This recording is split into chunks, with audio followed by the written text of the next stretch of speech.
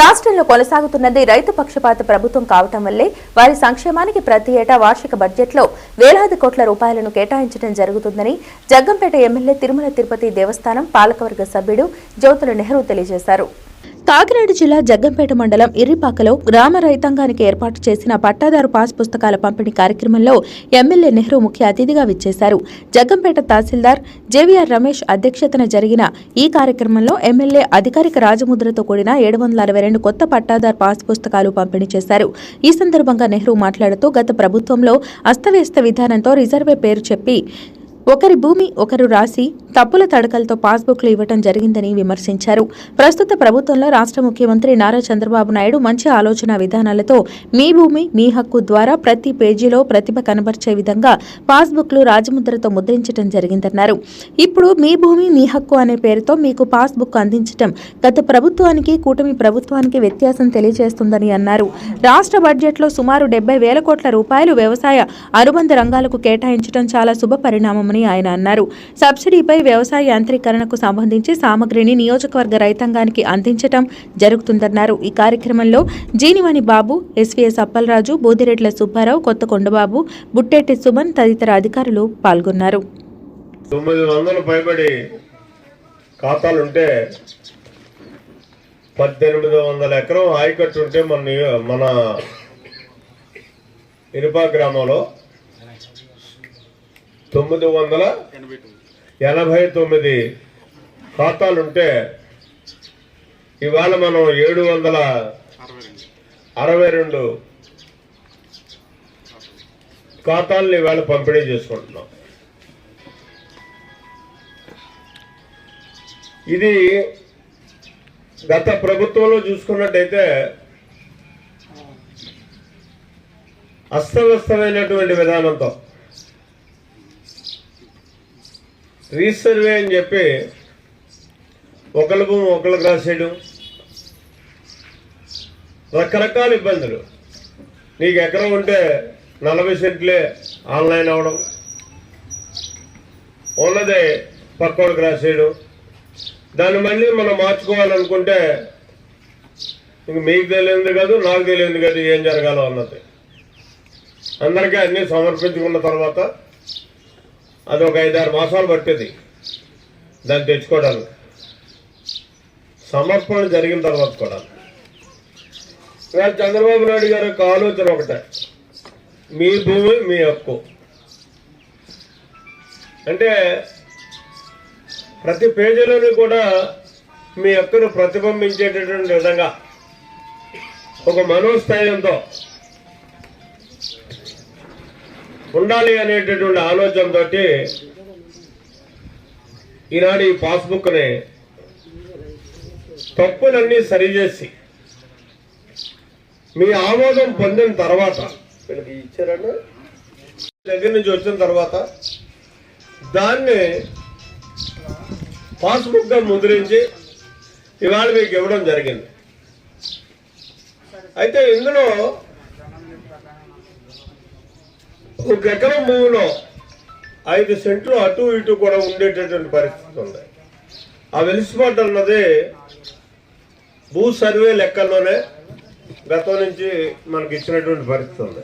ఇప్పుడు కూడా ఈ బుక్ ఇచ్చిన తర్వాత మీ భూమి కానీ ఒకవేళ ఏదైనా తేడాపాడ ఉన్నట్టయితే సరి చేసుకోవడానికి కూడా మళ్ళీ అవకాశం ఉంటుంది. 100% తేడా అన్నది రాదు. ఒకవేళ ఆ 10%లో ఏదైనా తేడా వచ్చినా దాన్ని మీరు సరి చేసుకోవడానికి మాత్రం అవకాశం ఉంది. రెండోది ఏంటంటే మా కొండవాళ్ళు చెప్పాడు నాకు, అది అప్రస్తుతం ఇప్పుడు. ఎందుకంటే ఒక భయానక వాతావరణంలో పాలన చెయ్యాలనేటటువంటి ఆలోచనతో జరిగినటువంటి గత ప్రభుత్వ పాలనా విధానం ప్రతి మనిషిని ఆందోళనలో పెట్టాలి, ప్రతి మనిషిని భయంతో ఇచ్చేయాలి. ఆ విధానంలోనే పాలన సాగించుకోగలిగితేనే మనం ముందుకెళ్ళగలుగుతాం అనేటటువంటి ఉద్దేశంతో జరిగేటటువంటి విధానం ఆలోచన. ఈరోజు మీ ప్రభుత్వం మీకోసం మీ మంచి కోసం కట్టుబడి పనిచేసేటటువంటి ప్రభుత్వం. వ్యవసాయం మీద ఆధారపడి జీవనాధారం చేసుకుని బతుకుతున్నటువంటి జనం ఎక్కువగా ఉంటారు. ఇవాళ 70% మంది 100కి వ్యవసాయం మీద జీవిస్తాం తప్పించి ఒక ఇంచు భూమిలోని పక్కడికి కలిపితే మన మనసు అంగీకరించాం. అంటే దాని మీద అంత అపేక్ష. అటువంటి పరిస్థితుల్లో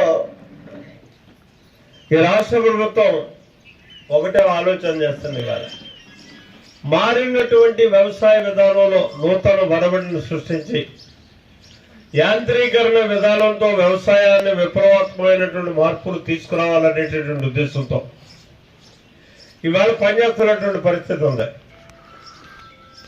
ఒక్క వ్యవసాయానికే రాష్ట్ర బడ్జెట్ లో మనం 3,62,000 కోట్ల రూపాయల బడ్జెట్ పెడితే వ్యవసాయ అనుబంధ పరిశ్రమలు అన్నిటికీ చూసుకుంటే, అనుబంధ విధానాలు అన్నిటికీ చూసుకున్నట్టయితే సుమారు 70,000 కోట్ల రూపాయలు దీని మీదే పెట్టినటువంటి పరిస్థితి. ఇటు ఇరిగేషన్ కానీ, వ్యవసాయానికి కానీ, కోఆపరేటివ్ కానీ, అలాగే హార్టికల్చర్ విధానానికి కానీ, జలసిరికి కానీ, ఇలా రకరకాల విధానాలతో మార్కెట్ కానీ ఏ రకమైనటువంటి నిధుల్ని వ్యవసాయ రైతాంగానికి చెందేటటువంటి వనరులు సమకూర్చడం కోసం 70,000 కోట్ల రూపాయలు ఇవాళ రాష్ట్ర బడ్జెట్ లో మనం కేటాయించుకోవడం జరిగింది. అంటే ఇది కని విని ఎరగినటువంటి పరిస్థితి. గతంలో ఏ ప్రభుత్వం కూడా ఎంత డబ్బుని రైతాంగానికి చెందేటటువంటి విధానంలో రాష్ట్ర బడ్జెట్ లో కేటాయించినటువంటి విధానం లేదు.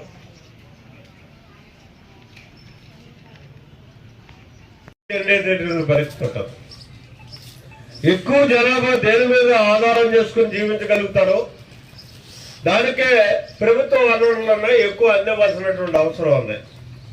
ఆ విధానంగానే ఇవాళ ఈ ప్రభుత్వం నడుస్తున్నటువంటి పరిస్థితి ఉంది. ఉదాహరణకు మీరు చూడండి, మనకి పుష్కర ఎత్తిపోతల పథకం ఉంది. మన గ్రామం వరకు కూడా నీరు రావాల్సినటువంటి అవసరం ఉంది. గత 5 సంవత్సరాల్లో చూసుకుంటే మరి నీరు వచ్చిందో లేదో మీరే సమాధానం చెప్పాలి. దానికి రానటువంటి పరిస్థితి ఉంది. టైలెండ్ అయిపోయింది అనేటటువంటి ఆలోచనతో ఈనాడు ఈ రాష్ట్ర ప్రభుత్వం నా కోరిక మేరకు 3,50,00,000 రూపాయలు పెట్టి మామిడాడు దగ్గర పురుషోత్పట్నం పైప్ లైన్ నుంచి ఒక కనెక్షన్ ఇచ్చి మనకి మామిడాడు కొత్త చెరువులో పెట్టి, కొత్త చెరువు నుంచి పార్ట్ ఆఫ్ నరేంద్రపట్నం, మామిడాడ సంపూర్ణంగాని, ఇరుపాక పూర్తిగాని, అంటే మన రావడం కూడా నీరు వచ్చేటటువంటి అవకాశం ఉంటుంది. ఇప్పుడు దాకా లేదు. అలాగే మరిపాక, గొల్లలగుంట ఈ గ్రామాలన్నిటికీ కలిసి సుమారు 4,000 ఎకరాలు సాగు చేసుకోవడానికి చంద్రబాబు నాయుడు గారి ప్రభుత్వం వచ్చిన తర్వాత పని ప్రారంభించడం, ఓ నెలలో ఆ పని పూర్తవడం కూడా జరుగుతుంది. అంటే ఇది రైతాంగం యొక్క శ్రేయస్సు కట్టుబడి పనిచేస్తుంది అని చెప్పడానికి నిదర్శనం ఈ కార్యక్రమాలని చెప్పేసి చెప్తున్నాం. అలాగే తాళ్ళూరు ఎత్తిపోతల పథకం 5 సంవత్సరాలు పెట్టి బలగా పడ్డది. చుక్క నీరు మనకు రాలేదు, ఏ ప్రాంతానికి కూడా పోలేదు. 31,000 ఎకరం ఆయకట్టుంటే 1 ఎకరానికి కూడా నీరే ఉన్నటువంటి పరిస్థితి.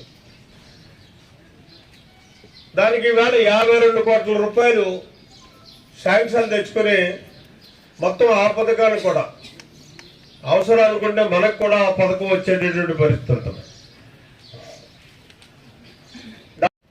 మనం ప్రారంభించాలనేటటువంటి ప్రయత్నంతో ప్రారంభించేస్తాం కూడా. ఇలా రాబోయే మనం పెట్టినటువంటి 70,000 కోట్ల రూపాయల బడ్జెట్ లో మాకేంటో అంటే, మీరు ఎవరైనా ఔత్సాహికులుండి ముందుకు వస్తే వరికోత యంత్రాలు కొనుక్కోవచ్చు, సబ్సిడీ మీద ఇస్తారు. ట్రాక్టర్లు ఇస్తారు సబ్సిడీ మీద, ఇంప్లిమెంట్స్ ఇస్తారు, ట్రాక్టర్లకు ఉన్నాయి. ఆఖరి గత ప్రభుత్వంలో స్పేర్లు కూడా మనకి సబ్సిడీ మీద ఇవ్వనటువంటి పరిస్థితి ఉంది. మళ్ళీ తిరిగి వాళ్ళు ఇస్తున్నటువంటి పరిస్థితి. అలాగే డ్రిప్ ఇరిగేషన్ పెట్టుకోవచ్చు 90% సబ్సిడీ మీద. ఇవన్నీ రైతాంగం కోసం మనం ఏర్పాటు చేసుకున్నటువంటి గత ప్రభుత్వంలో 2014-19 ప్రభుత్వంలో పనిచేసాం, ఆ రకంగా ఇచ్చాం. కానీ కొత్తగా వచ్చినటువంటి ఆనాడు ప్రభుత్వం మళ్ళీ వాటన్నిటిని కూడా పక్కన పడేసింది. మళ్ళీ ఇవాళ మళ్ళీ తిరిగి మీ అభిమానంతో వచ్చినటువంటి ప్రభుత్వం ఈ అన్నిటినీ కూడా ఇంకా సరళీకృతం చేసి ఇవాళ ఇవ్వడానికి సిద్ధంగా ఉంది, అందివ్వబోతుంది అని చెప్పేసి ఎవరైనా ఔత్సాహికులు ఉంటే పెట్టుకుంటే ఖచ్చితంగా వాళ్ళందరికీ కూడా శాంక్షన్ ఇప్పించేటటువంటి బాధ్యత కూడా నేను తీసుకుంటానని చెప్పి ఈ సందర్భంగా మనవి చేసుకుంటున్నాను. ఇలా చెప్పుకోపోతే